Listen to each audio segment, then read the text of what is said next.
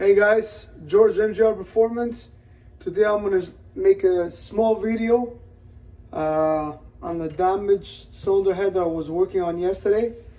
How to fix the chambers.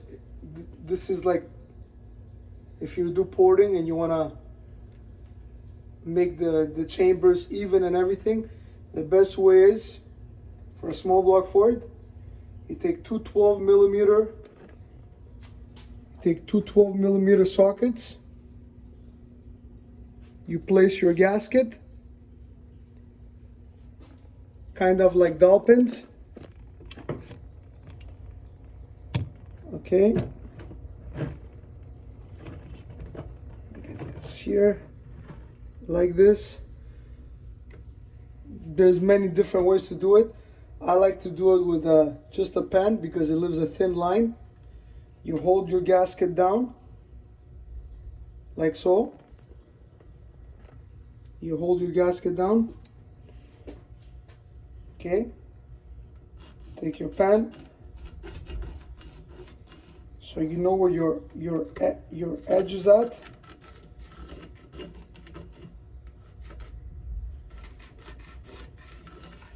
Okay, you do that all around. Yesterday, this one, just by doing it by the eye, because I've been doing this for so long, look, I hadn't even marked it with a gasket and I'm dead on.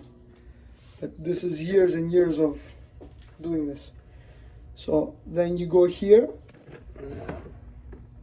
Okay, you do this one as well.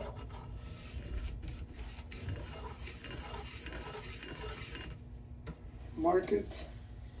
This one's already marked.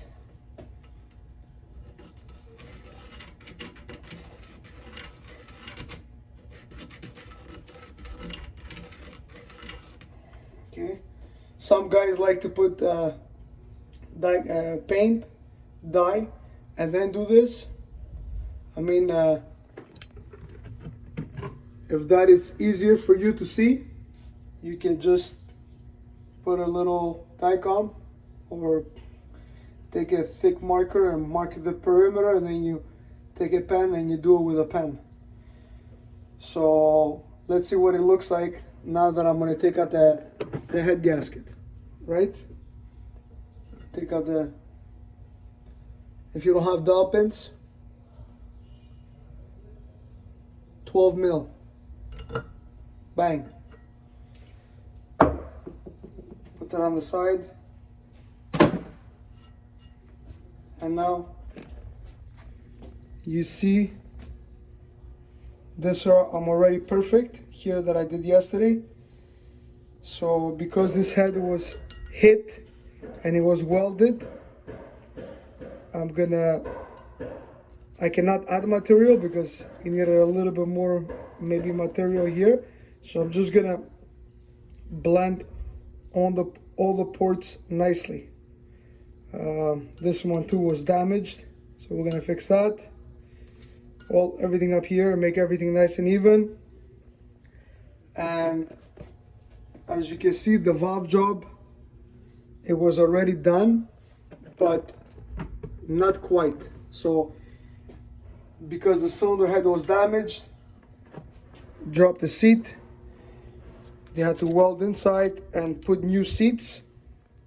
And the way we do it, the valve job, it's high right now, meaning the valve job, it's not in the right place where it's supposed to be. So once I'm done all my chamber work, whatever, if the client wants me to do some porting or whatever the case might be, then once I'm pretty much done, then we're gonna lower and put the valve job in the correct place, right? Because now if I touch it or something, because this was so banged up over here, right?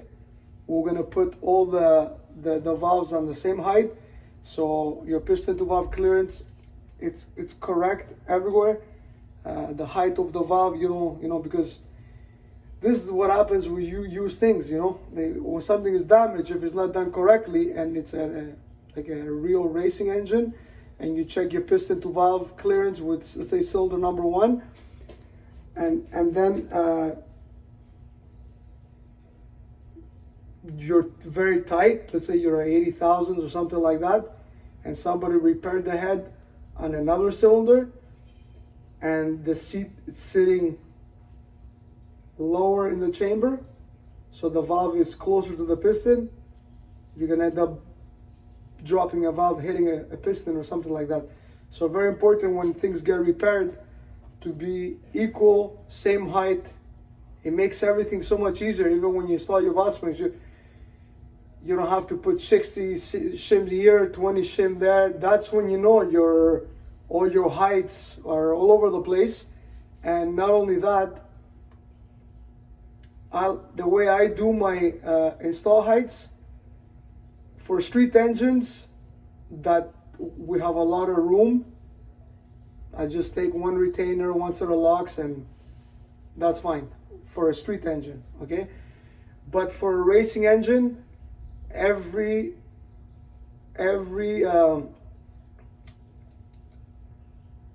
retainer is marked, and every pair of locks goes with that, because you can have locks. I've seen locks that move up and down the install height 20, 30 thousandths. So if you're very close to cold bind and stuff like that, that's when it gets, when you're in the 900 lift area, 950 lift, 1-inch lift, in those areas, it takes maybe 4 hours to set up the cylinder heads properly. Yeah, you heard that right, 4 hours. Lap the valve, make sure it seals properly, engrave the valve to the cylinder, number everything, where everything is going, 11, 33, 55, 77, to each chamber. The locks are engraved. Building those kind of engines, it takes hours and hours and hours and hours and hours if you're gonna do it right. That's what people don't understand. They think, oh, my buddy can do it for, he can do it in 3 hours, build your whole engine in 3 hours, and he can do it for $200, or whatever the price is. The truth of the matter is that street engines, you get away with some things.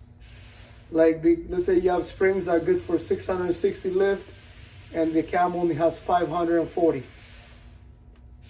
As long as you didn't miss your install height and the thing starts to float, if you're within the spec, you're okay.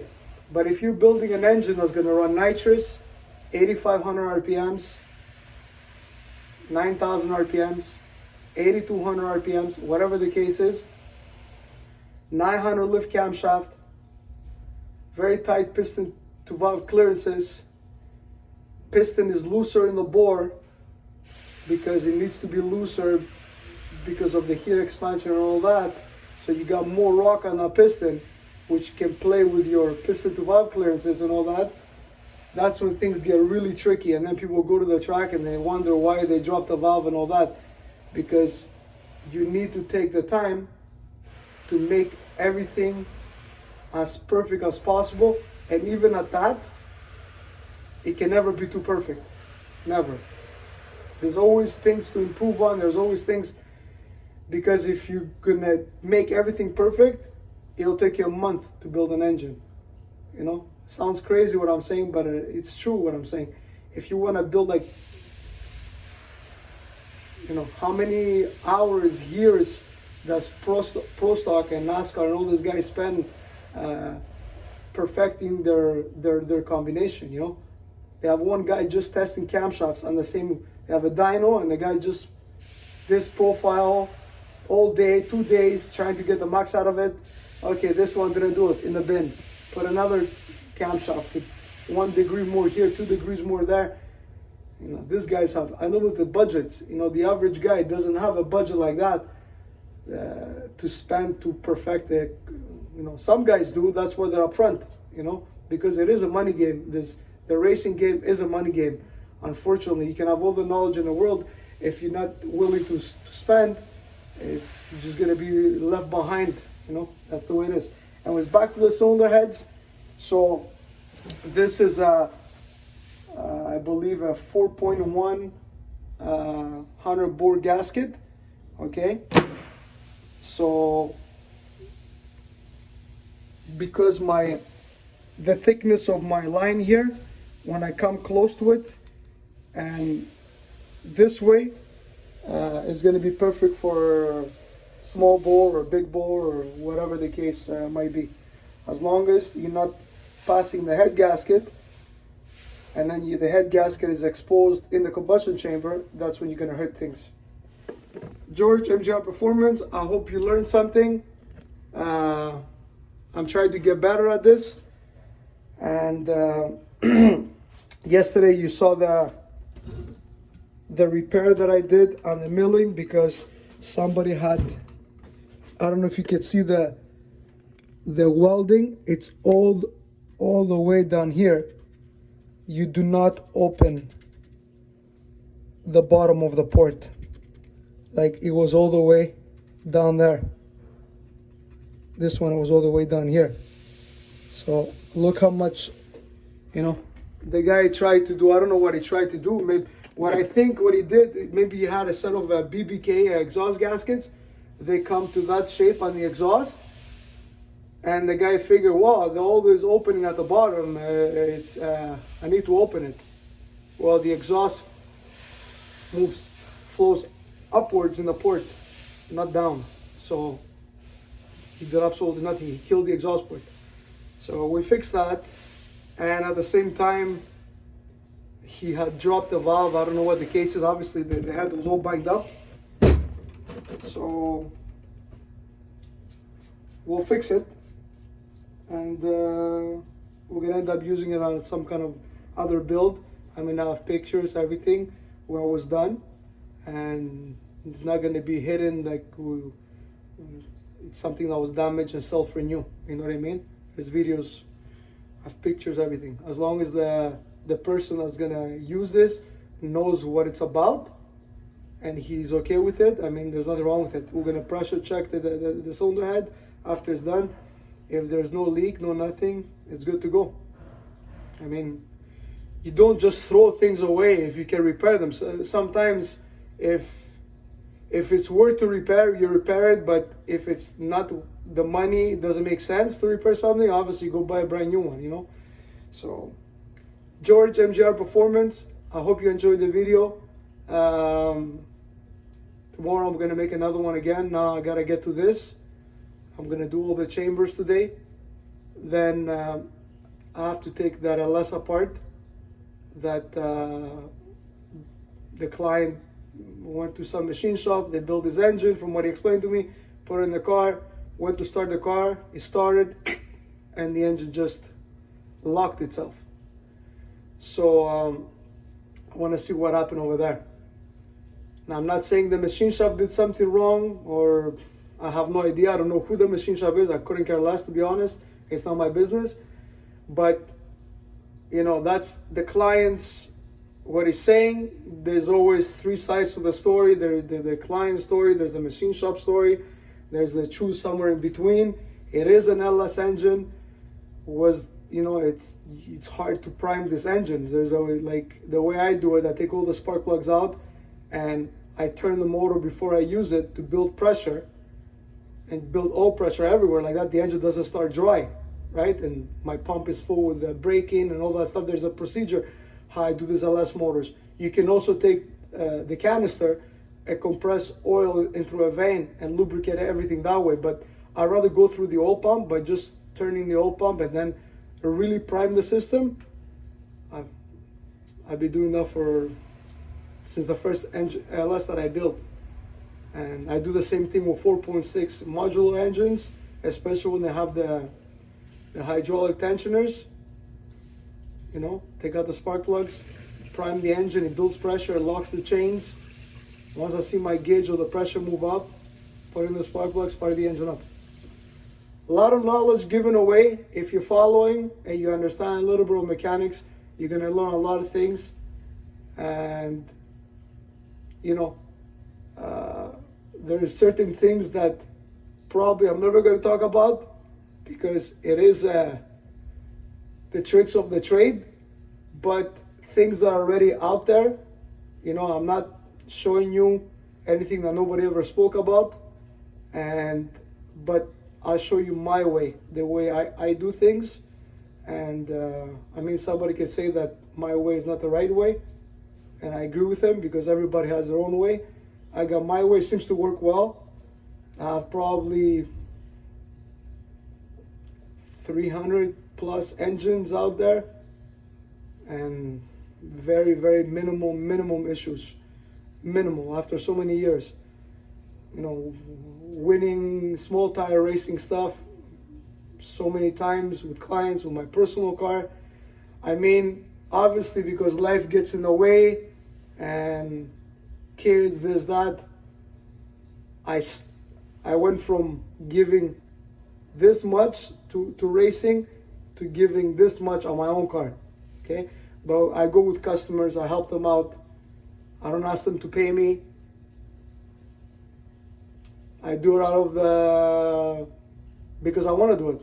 You know what I mean? Now if a customer asks me, George, I want you to come to the track. We're going 4 hours away and I want you to tune my car. I want you to be there specifically for me and help me on the car. Well, that's another story. There's a charge for that. But I mean, if I know there is an event and there is 5 of my clients racing, I go give them a hand. You know what I mean? If they want me to give them a hand, I give them a hand.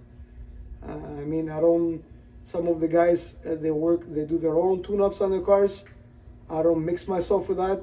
Let them do their own thing. If they ask me for something, I give my opinion. If they want to hear my opinion, good. If they choose to do something else, it's their car. You know what I mean? When I first started, it was a different way because I knew that what I was saying was correct. You know what I mean? And I've been there and I've done it.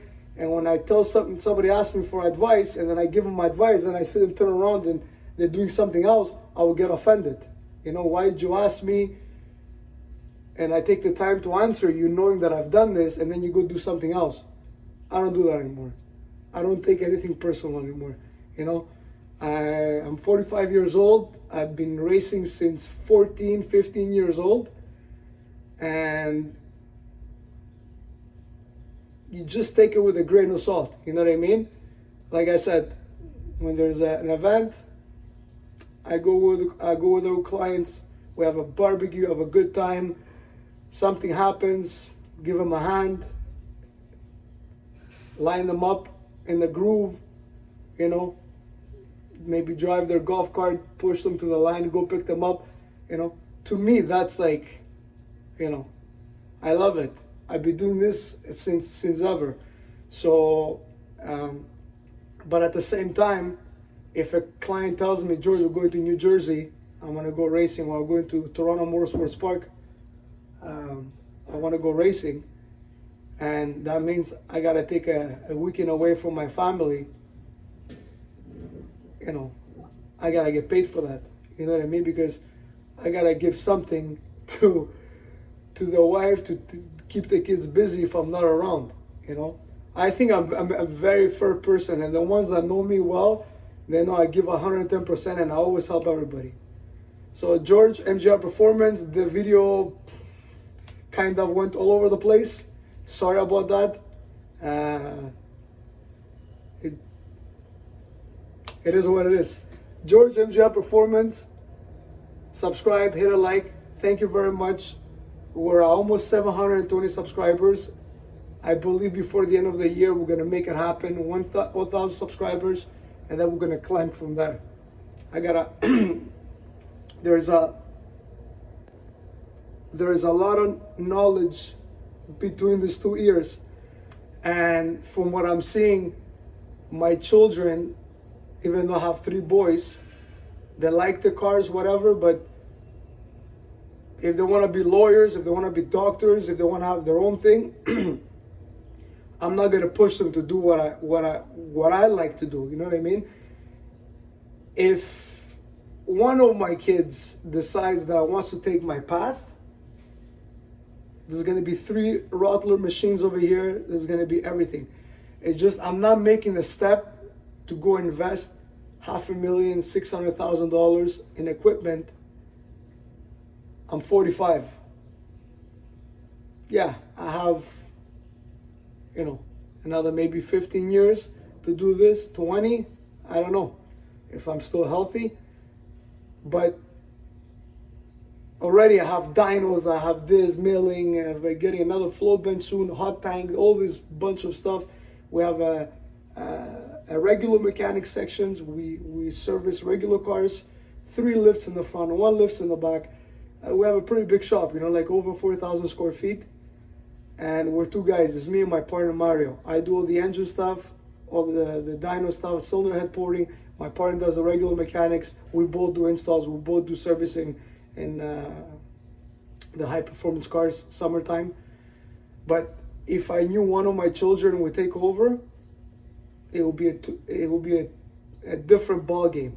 But do I really want my kids to get involved in this? Yes. Yes. What father that does this wouldn't want his kids to be involved? But I mean, if one of my kids ends up being a lawyer or a doctor, or they are good in school, they're doing very well in school. So if they could do better than me, then maybe we could do this for a hobby once I'm retired, and then we could build a real badass car. George, MGR Performance, thank you very much. Much appreciated.